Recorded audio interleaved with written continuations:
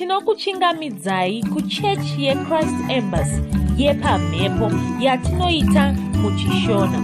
Iko zvino hapachina chikonzero chokupedza svondo rose usina kupinda chechi, nokuti painopindwa unenge usipo, kuda wakanga uri kubasa pakaenda vamwe kuchechi, kuda wakanga uri parwendo, kuda chechi yeChrist Embassy haisati yakuwanikwa kwaunogara, kana kuti unofarira hako kudzidza shoko raMwari neChe-shona. Ino ndiyo yave chechi yako. Chipinda tinamati.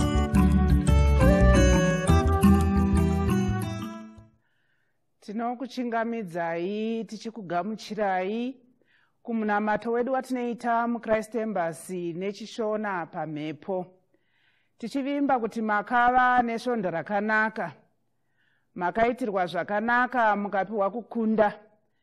Tinoda kuramba tichitenda Mwari pana izvozvo.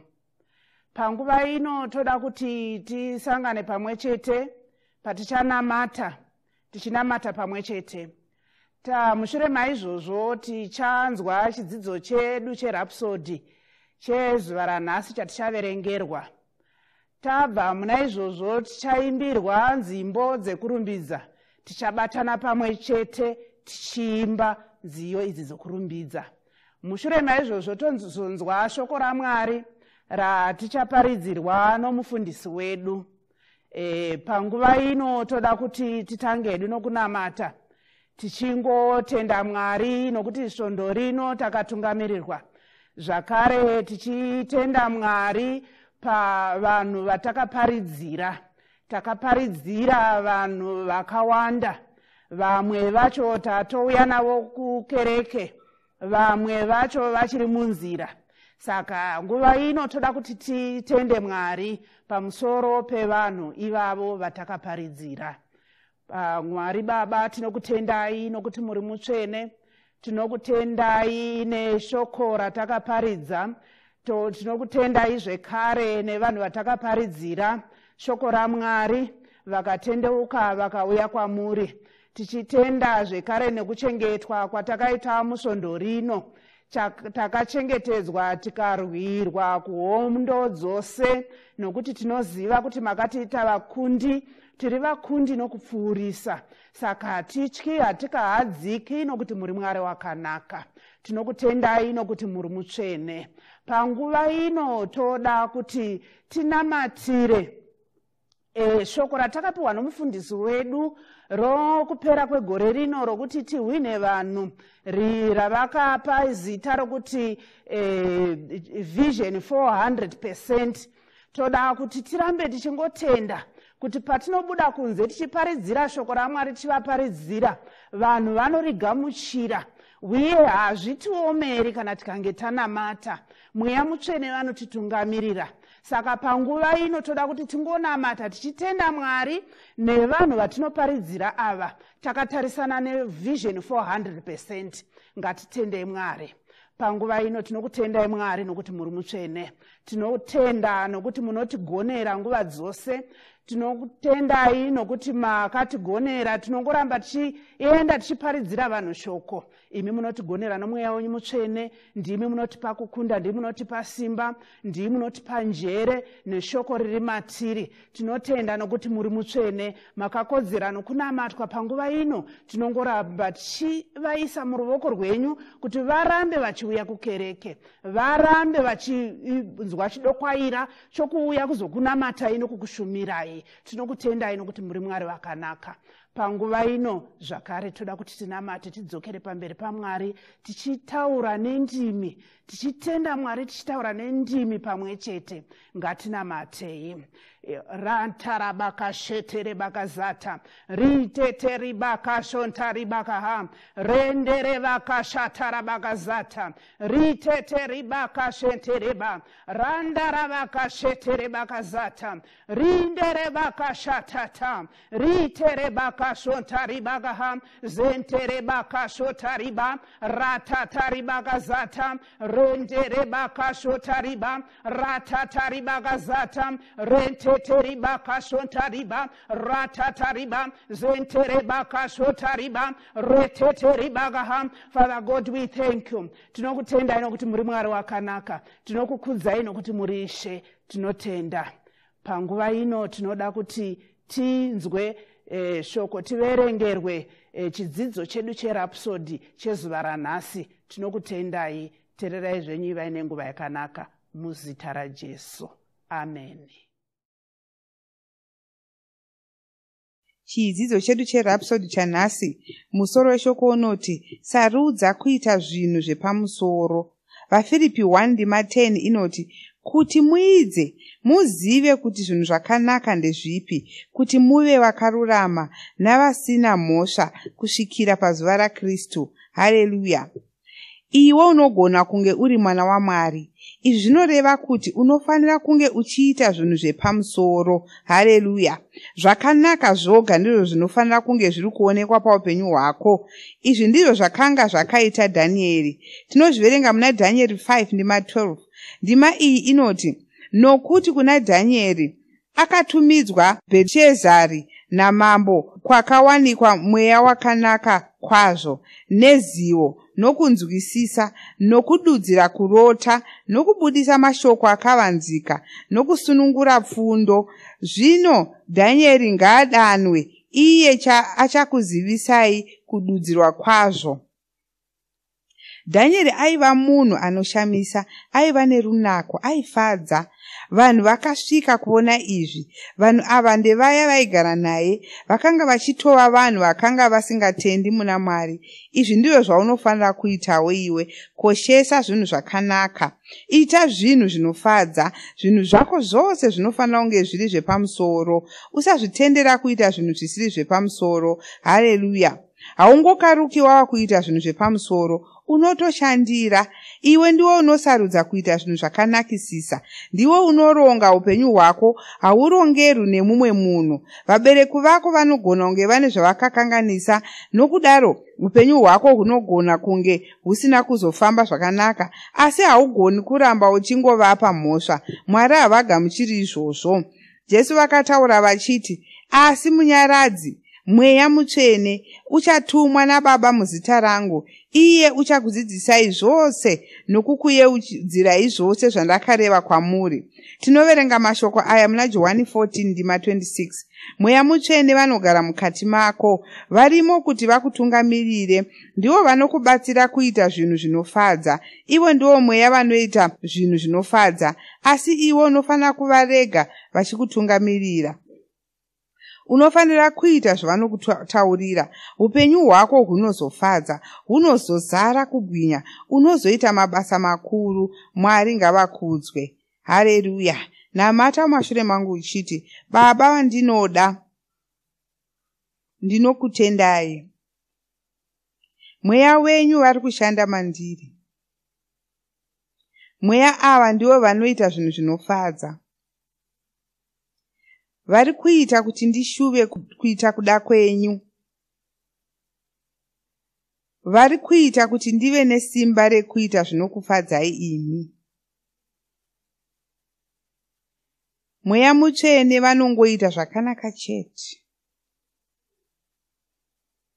Zvinhu izvi ndizvo zvinoonekwawo paupenyu hwangu. Nokudaro ndinowedzera muzvinhu zvose. Runako rwaMwari runoonekwa pandiri. Runoonekwa pane zvose zvandinoita. Muzita raJesu. Amen.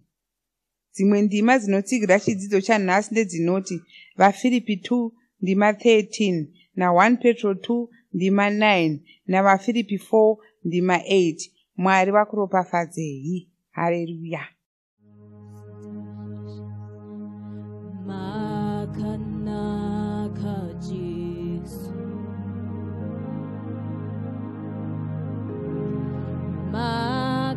makanaka Jesu, simudza ruoko rwako uchiti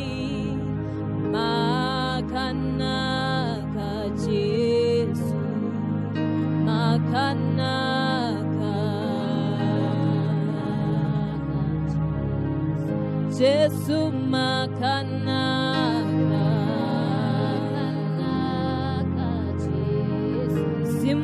Simudzaruoko Simudzaruoko wako uchiti makanaka Jesu makanaka Jesu makanaka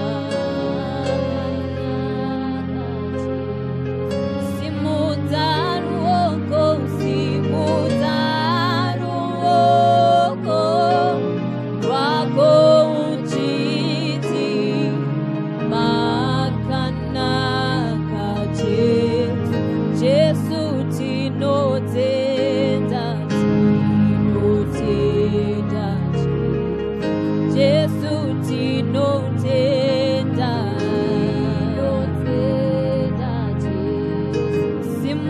Simudzaruoko Simudzaruoko wako uchiti tinotenda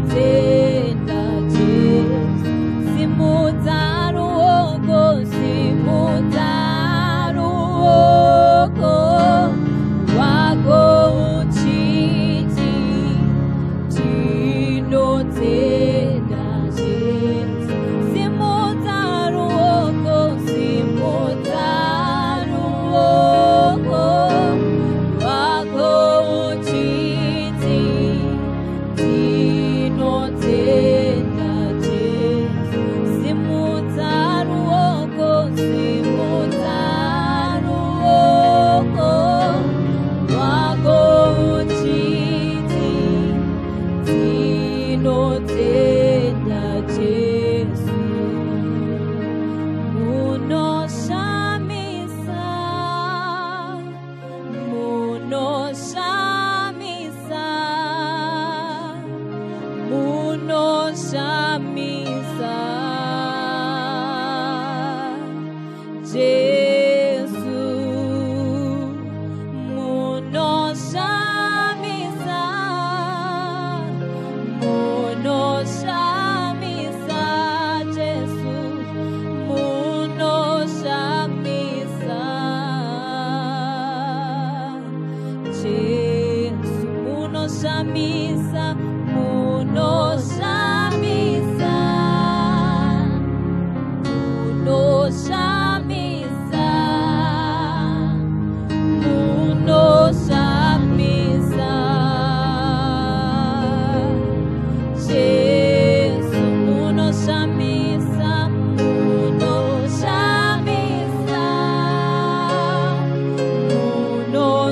munoshamisa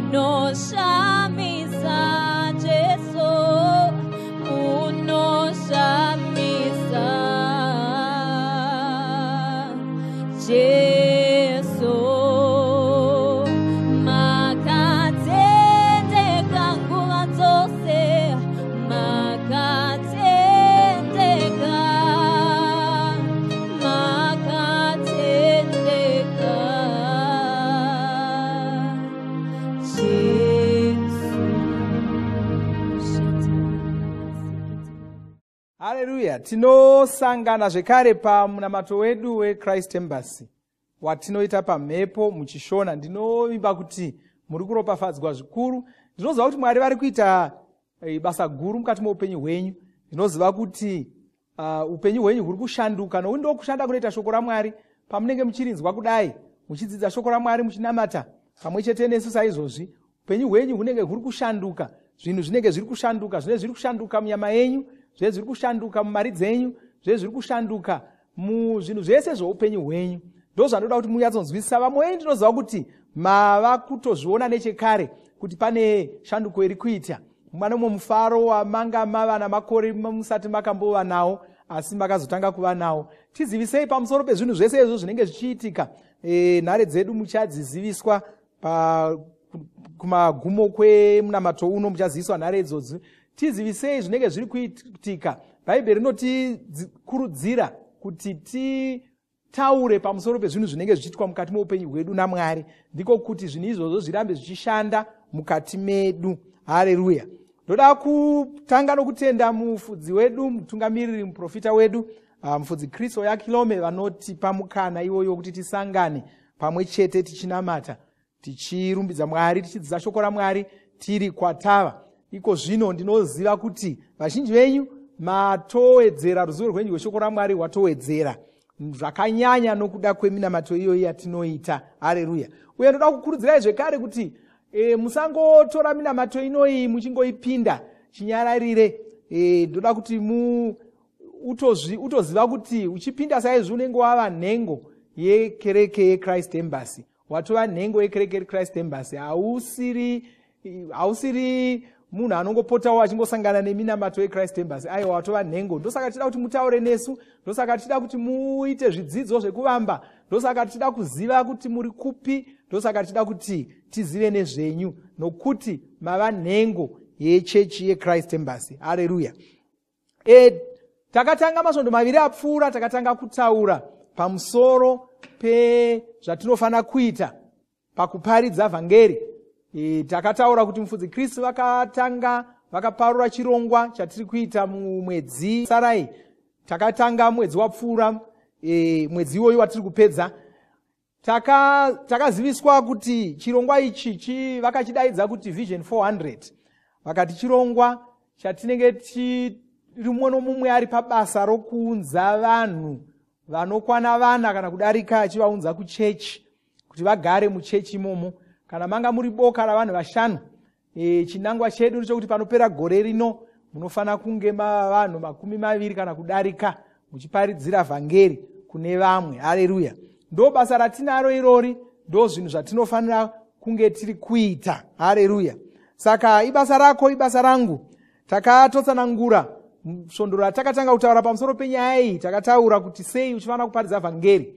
Takataura zvakaona pamusoro paizvozvo. Musvondo rapfuura takanga tichiri kutaura kuti zvii zvaungaita kuti ugone kutaurira vanhu vhangeri. Takataura izvozvo kubetsera vaya venyu vanenge vachiti inini kuparidza vhangeri kunondinetsa, ndinonyara. Kutanga munhu akazvinyararirwa zvake kuti nditange kutaura nezvake, kutaura naye pamusoro pevhangeri zvinondinetsa. Ko kana akanditi uri kundikanganisa zvandiri kuita, ndinoita sei? Aiwa, hapana munhu anokanganiswa kana wamuvigira zvinhu zvaari kutsvaka.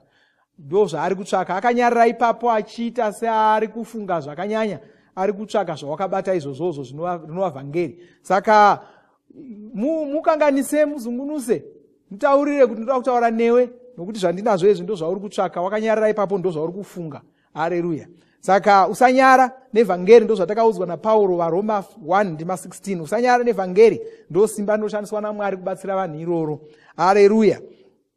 Musvondo rino ndoda kuti nditaure pamusoro pekuti kana waona mukana wokutsanangurira munhu vhangeri, chii chaunofanira kumutaurira, zvii zvaungamuudzawo nezvevhangeri. Ndakati kana usati wava kunzwisisa hako zvaungamuudza, ingomukoka kuchechi, ingomukoka kuminamato. Izvozvo zvinogona kushanda kana uchiri mutsva usati wava kuziva zvakawanda.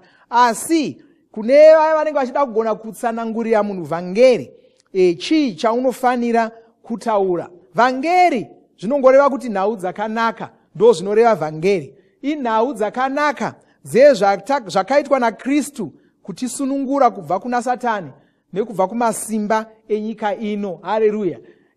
Paunenge uchiparidza vhangeri unenge uchiudza munhu kuti hapachina chikonzero chokuti arambe akasungwa naSatani.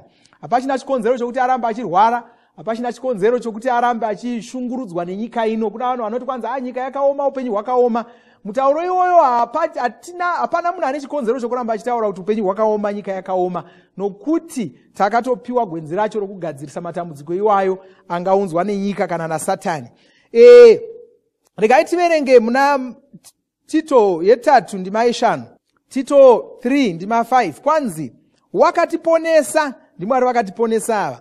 Wakatiponesa asingazviiti nokuda kwamabasa akarurama atakanga taita isu, asi nokuda kwenyasha dzake. Saka tiri kutaurirwa ipapapa kuti takaponeswa nenyasha. Mwari ndo vakangosarudza vari vega vari kwavari vakandoda kuponesa vanhu ava. Hatina kuenda kwavari kunoisa chikumbiro chokuti tatambura pano panyika tiponeseiwo. Taisa tomboziva kuti Mwari vacho variko. Ivo vega ndo vaitiziva zvavo nokuti ndo vakatisika. Ndo vakasarudza voga nenyasha dzavo vakati vanhu ava ndidi kuti vatambure, ndoda kuti vasunungurwe. Zvinotitsanangurira nzira yaakatiponesa nayo. Kwanzi wakatiponesa nenzira yokushambidzwa kwokuberekwa kutsva nokuvandudzwa nomweya mutsvene. Kuda mashoko aya angasanyanya kunzwisisika kune vamwe, asi regai ndiidze kuvatsanangura. Pauro ari kutaura pano kuti nzira yatakaponeswa nayo naMwari inzira yokutishambidza nekushambidzwa kutishambidza kunouya kana munhu achinge azvarwa patsva. Pane ngatimbotora muenzaniso wokuti kana ukange une chichira chidhende chikange chasviba, unogona kuchitora wochisuka chochena, waogona kuchishandisa zvekare chimucheka chiya chachena. Asi dzimwe nguva chinogona kusviba zvokuti kana kuzoda kuchishandisa hazvichaiti.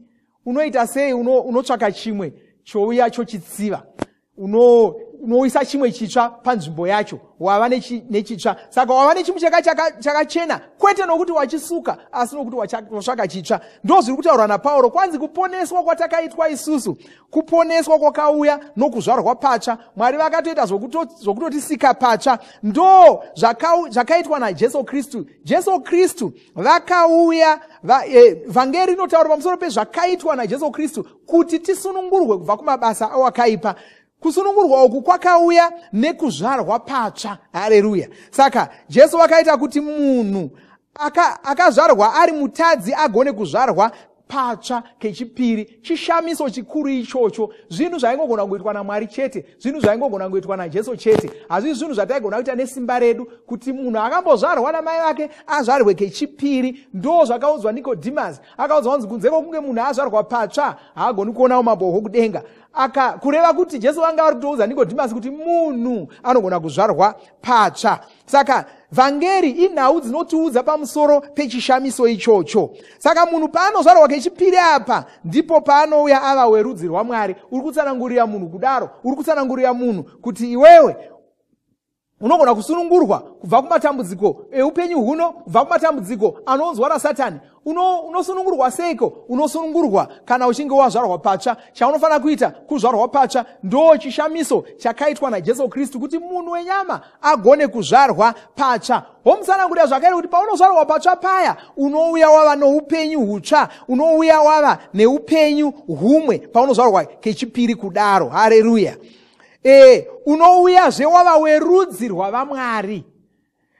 Nei ndichisimbisa zvinhu zvese izvi, ndoda kuti muzive kuti ruponeso rwatinoparidza, vhangeri ratinoparidza haringotauri pamusoro pokuti munhu haachati mabasa akaipa waakuita mabasa akanaka. Nokuti vamwe ndo kunzwisisa kwavanongoita vhangeri. Zvonzi tendeuka kuti usaramba uchimwa doro, tendeuka kuti usaramba uchisvuta forya, tendeuka kuti usaramba uchipomba, tendeuka kuti usareva nhema nokuba.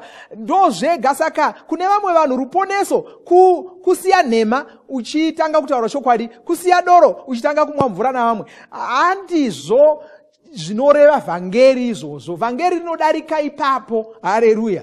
Vhangeri rinodarika ipapo. Vhangeri rinotitaurira kuti munhu wenyama anogona kuzvarwa patsva, anogona kuva werudzi rwaMwari, ova muchikwata chavanhu vanoverengerwa muvanhu vakafanana naMwari. Munhu uyu anenge azvarwa naMwari. Ndo zvatinoratidzwa muna Johani 1 ndima 12 kusvika 13. Kuda regai nditarire ndima iyoyo.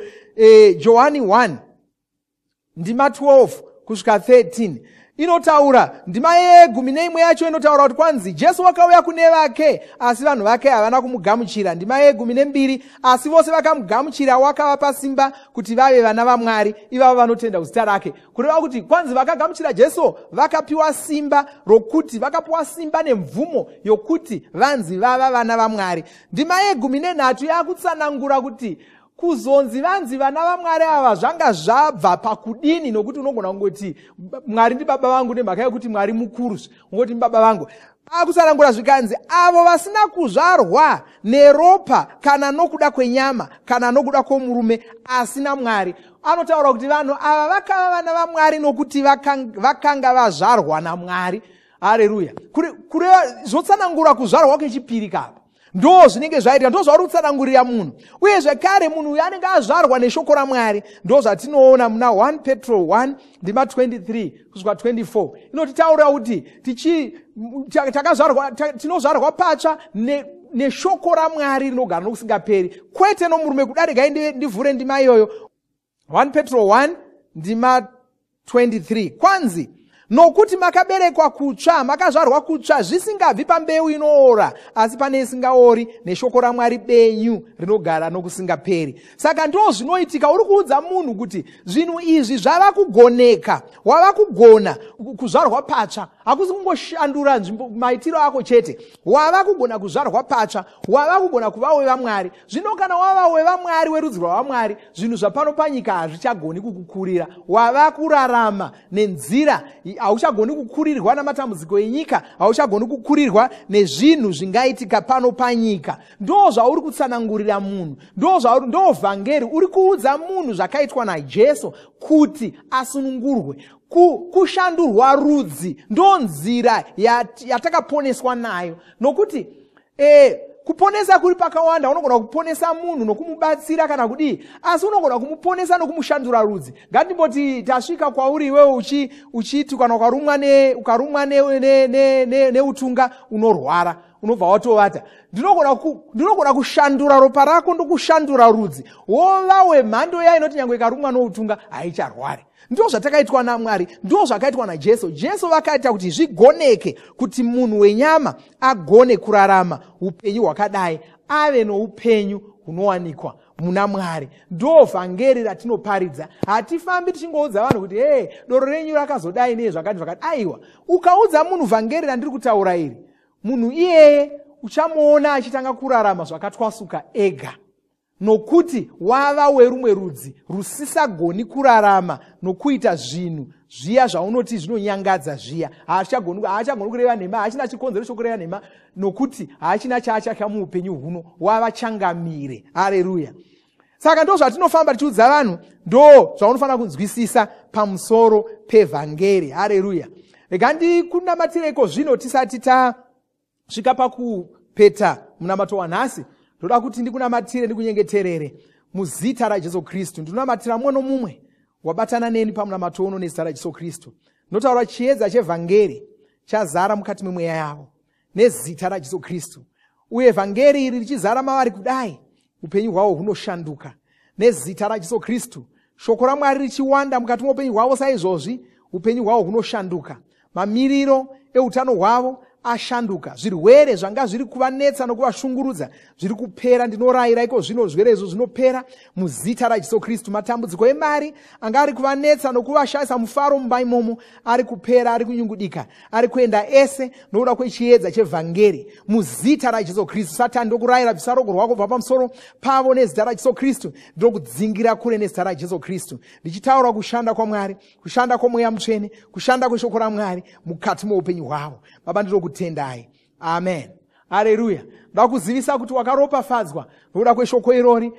Jesu vakataura kuvadzidzi vavo vakati, kwanzi macheneswa nokuda kweshoko randataura kwamuri. Iwo wacheneswa nokuda kweshoko rauri kuramba uchidzidza pachechi pano. Haleluya. Ndisati ndavhara saizvozvo, rega ndingonamata zvekare, ndikunamate newe ugamuchire Jesu Kristu. Ndoda kuti unamate munamato mudiki diki uchigamuchira Jesu. Iti Mwari, ndinokutendai nokuda kwaJesu Kristu. Ndinokoka Jesu ivava kuti vapinde mukati muupenyu hwangu. Ndinopupura nomuromo wangu kuti Jesu Kristu ndo vava kutonga upenyu hwangu. ndinoisa upenyu hwangu mumaoko avo, ndinogamuchira upenyu husingaperi mweya mangu, ndichipupura kuti iko zvino ndazvarwa patsva, ndava chisikwa chitsva, ndava munhu mutsva. Amen. Haleluya. Makorokoto wazvarwa patsva chifamba nesu mushoko raMwari, chifamba nesu muchechi saizvozvi wava nhengo yechechi ino. Svondo rinouya ndoda kurangaridzai tisati tabvara. Svondo rinouya ndo svondo redu resungano. Saka gadzirai mari dzenyu dzamunoda kupa kutsigira shoko raMwari, kufamba kwevhangeri. Uye iyi svondo yatichange tine chidyo, yatichadya muviri waKristu. Saka gadzirirai saizvozvo. Mwari vakuropafadzei, muchava nesvondo rakanaka, muchatungamirirwa naMweya Mutsvene pamabasa enyu ese agobudirira zvinokufadzai. Amen. Mashoko eupenyu auya mutsaona